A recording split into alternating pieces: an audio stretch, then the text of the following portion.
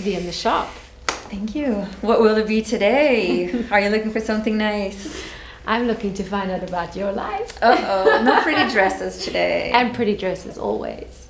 Well, welcome to A Million Stories. This is our first edition of a very exciting project. And we're very excited today to be starting off the edition with Chris. Her shop's name is The Girl Can't Help It. And as you can see, Chris is wearing the most beautiful, sexy. Chris, hi. First of all, How are you? I'm good. Nice to meet you. Yeah, nice to meet you too. It was quite strange because I'd been eyeing out your shop for a long time. And then Joao, who's helping us with all the filming, we came into the shop and then you guys knew each other. So it was meant to be that we had to start filming with I you. guess so, yeah. It feels really strange to see two totally different people together. Or people I know from different things. Exactly, yeah. So tell us... first of all, when we left the shop last week, we left the shop and you said you had a slogan for your shop. Tell us what that slogan is. I thought of it a while ago when I was thinking these dresses can be worn in so many different ways. And then it just popped into my head that it can be worn classy, it can be worn sassy, but we like it worn trashy. So yeah, I was like, hey, it's kind of catchy, it feels good, so that's going to be the slogan for the shop from now on. And now when you get people that come into the shop, what kind of people do you get from outside? Because you dress your window, you've got tattoos on the mannequins, but your clothes are actually extremely elegant, the style as well. So what kind of customers do you get coming into the shops? Well, that's the nice thing about it. I get all kinds of people coming in. The women who come in from the market, who just want to do their grocery shopping. Tourists who come to the market because they saw it in a book and they pass through the streets in the back. And elegant ladies, girls for 10 years old to ladies 80. And some of them have tattoos, some of them don't. Some of them looking for a dress, especially for a party, because they never wear dresses, and others wear it daily or to the office. So that's what I really love about this. I didn't know this was going to happen, but all kinds of women come in here. So you, excuse me, you say you didn't know it was going to happen. Tell us how you got to be here. I mean, it's quite an open question, I know, but this is what we're about. We want to find out people's stories, how they got to be where they are, where they're doing something that they're tapping into, like almost an extension of their soul in a way. You're expressing something from inside. How did you bring those all together to get your shop? It's beautiful. That is a very wide, broad question. I wouldn't know where to begin. All right. So what did you start? Did you study? Okay, I after high school, all the girls in my class, they went further on to college for the administrative jobs and secretarial jobs, and I was like, no way in hell am I going to do that. And then one of my teachers from school said, well, there's a college that you can learn to sew. Do you like being creative? I was like, hey, that's it. So actually I am a tailor with a diploma. I only learned how to make, so the creativity I had to learn along the way. And I don't know, from when I was little, I really liked dressing up. I loved Halloween. And then I discovered the 50s movies and Marilyn Monroe, really like that. I think I discovered that through Madonna. Okay. Because I was about 12, 13 when she got her first hit. And yeah, and then I was like, hey, but why don't women always dress like this? Really? Is that what you thought when you were 12, 15? You were so taken by Madonna's style that you... Yeah, Madonna. What I liked about Madonna is she was very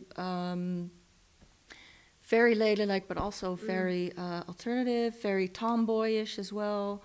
And I really love that combination. Yeah. And confident in it, she owned her own style. Yeah. Yeah. At that time, I didn't know why I liked it, but looking back, I think that was that's what I liked about it, the combination. Plus, back in the 80s, there weren't many role models for girls. So you finished your diploma and was that in Amsterdam? I was in The Hague. Okay. Yeah. So you finished your diploma, and then straight after that, did you, I mean, I feel like we're a couple of years later down the road. You didn't finish your diploma yesterday. No, that was about 1991. What's that? I can't count anymore. 30, 20 something. Yeah, a little over 20 years ago. Wow. And then I started up. There was no internet yet, so it was like, what do I do? What kind of jobs are there? They didn't tell us what kind of jobs there were, so I had to get everything from the newspapers. And I applied for a few jobs, and I was like, the Dutch fashion scene is not my scene. So actually, I ran around a bit doing odd jobs in clothing stores that sold denim, like G-Star and Diesel and stuff. I really liked that job. I did a lot of restaurant work, and then suddenly I went on holiday to New Orleans, and I was like, hey, wait a minute. Girls in tattoos and high heels and red lipstick. And I was like, that's the style I was looking for. Wow. And then I finally knew what I wanted to do. Yeah. Because I always knew I wanted to open my own shop and make my own clothing in the shop. But I didn't know what style yet. Because I really love that ladylike 50s style, that ultimate feminine classic style. But I also like the alternative and the hard rock and the metal and the tattoos and everything. And that's where I found the mix. And how long ago was that in New Orleans? That was just after 9/11, I remember. So that would be 2002. I went to New Orleans. 2000. It happened 2001, Was right? it? Yeah, 2001, I think. Yeah. And then in January, February 2002, I went to New Orleans. And I discovered all those cute little shops and some of the nice, the American brands. And then, I started little as a hobby from my kitchen table, sewing some things, got someone to make a web shop for me, but was always a little too insecure, I guess, to start my own shop. But that is often the case, isn't it? We know that we're good at something, we know we want to do something, but we don't have that confidence yet. There's something that still has to build, that has to come in order for us to take that next step where we say, right, I own this. This is mine. Yeah. I have nothing. Yeah. So, all right. So that was still quite a few years ago. We're in your shop now. So, what did you do building up from there to get to today, where you own your own shop and a beautiful shop?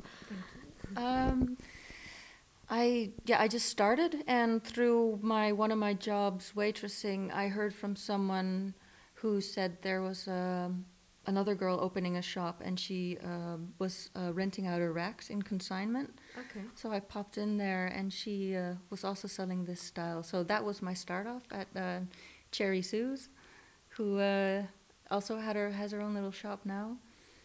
And then I heard from another customer at the bar I worked at.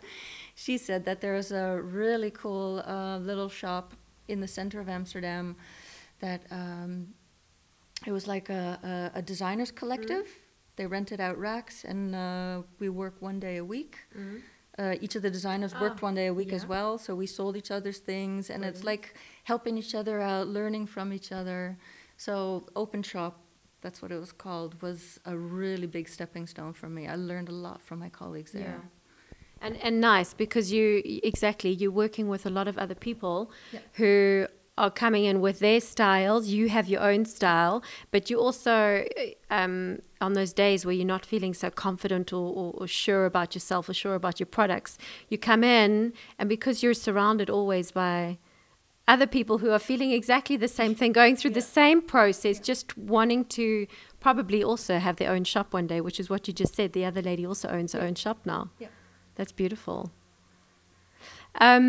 And then how did you get to opening this shop? Let me see. I sold my clothing for about 2 years in Open Shop, and then I went to work in a shop in Utrecht that sold the same style. Notorious clothing. Yeah. And it was like a more of a trade-off. I got to sew my clothing in her shop, and I worked for her 1 or 2 days a week. And what I really learned there is that she was really good in marketing. So I was like, okay, so that's how marketing works. Yeah. And I hope I taught her a lot of things as well. From there on, I finally got the guts to go to London to the exhibition with a collection of clothing. Which exhibition was that? London Edge. Okay. They do, what do you call it? Short order selling. So what does that mean to someone like me who wouldn't know what that means? Usually in the Dutch fashion scene, you go to your trade fairs and you order, in August, like 2 weeks ago, people would order their clothing for next January. And short order is they come in, they order, and 6 weeks later, the brands deliver. Okay. So for me, it was I had to have everything ready with the production company and get all the orders I could. And then 2 days later, I was at the production company saying so much to this one, so much to that one, running around getting fabrics. And so there was fabrics that you were getting from there? No, it was selling my designs. You were selling your designs shops. there? Okay. Finding retailers to buy Okay. my brand. So, I mean, how many, you must have had to have quite a lot of samples. Or it was the thing about it is you can, as a small brand, you can also stand there. So it's not like I needed 100 dresses. Yeah. I think I had about 50 things, but then it's like one basic pencil skirt in 2 or 3 colors. And for me, it was just finding out how it worked and because I had no idea what was going to happen. So that was rather scary too. But that's, in hearing your story, that's what's so nice, is that when you want to do something, you think, why can't I have it right now? Like you beat yourself up because you think, I'm not good enough right now. But if you hear your story back, you needed to, like working in the bars, you met people who put you in contact with someone. And then when you worked at that other lady, you learned marketing. Yeah. So it shows how we need to follow this process and just be patient that it is going to come. We are going to get there. Yeah. And working in a bar alongside having your little kitchen table with clothes and your LTR in your kitchen, that's what's so romantic in a way about, starting something that you love so much. Yeah, because I don't really have the business background. I had to learn through growing with the passion. Yeah. So you literally have mirrored what you saw in New Orleans. You've brought that here. And you're now running your shop. Yeah. That must feel, do you get... Oh.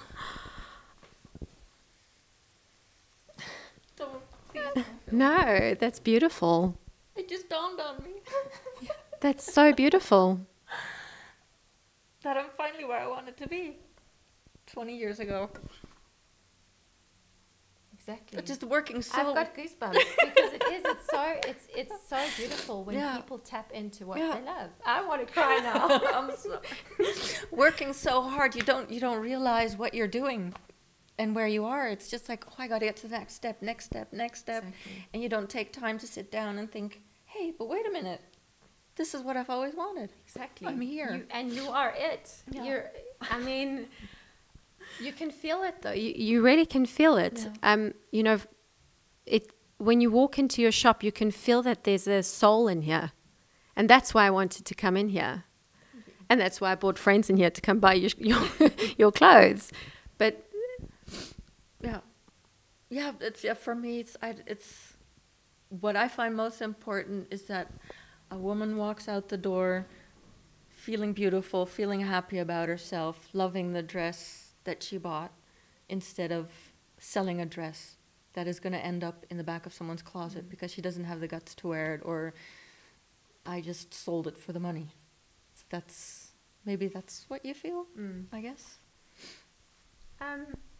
No, I feel it's not just about the sales process, but when you come in here, you can feel that someone is, before I knew you, you can feel that there's love in here. It's not just a business. the way I do it. Yeah.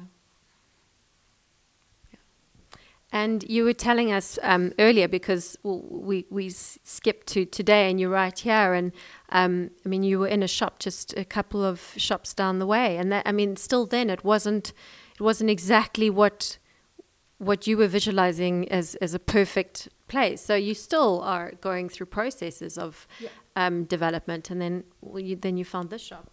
Yeah. I took the other shop because I had to make a new step. I had to get off that kitchen table, and I had to open a shop, and it was the nicest one I could find at the moment. So I went for it. And while I was there, I heard this shop was opening, or was going to be vacant in January. So I thought, oh, that one's even better. So I thought, one more step, one more time of wallpapering, painting, and decorating. So hopefully I get to stay here for a long time. Yeah. Well, I mean, we're going to show the shop in the film, but it's beautiful pink flamingos all over the wall, and these beautiful old suitcases, and everything comes together so beautifully, which is also so nice, because when you come into this is like your sanctuary in a way. Yeah, it's my little world. Yeah. What I've always wanted to create, and yeah. I like the feeling and the idea of a fashion salon in Paris, but I also like the kitschy boudoir style. So I'm trying to combine that. So a classy lady feels comfortable here, a heavy metal chick feels comfortable here, and a rockabilly girl feels comfortable. So yeah. And I hope I've been able to accomplish that. You absolutely have. Well, we were saying last week that maybe you should style me, put something on me to show our public what other beautiful clothes are hanging in your shop. Before we do that, I just wanted to maybe ask you if you had any advice for other people who have this dream to open their own shop, and maybe not necessarily your style, but whatever style they have in mind. What would you advise them, or what would your tips be for them? I think most important thing is to just stay true to your own style. And eventually there are people who are going to like what you like, because you're not the only one who likes something. You just have to find them, and they have to find you. And then just, baby steps. Some people can make big steps, some people can make baby steps. And the journey is also very important, how you got there. Because that also defines you even more. You didn't just land up with a shop and, splash the wallpaper on, the little kitchen table and the bar work, all these things. And what I've also learned is, don't think of a mistake as a waste of time. Think of a mistake, or not as a failure, but as a learning moment. So I've always, when I do something wrong, I'm like, okay, now I've learned that that's not the right way. And it gets you a step further again. Because in the beginning I was like, oh, I made a mistake again, and it's I don't know, a waste of time. And then I started looking at it another way, and it didn't feel that bad anymore. Well, I think we're going to move on to something a little more fun and try on some clothes.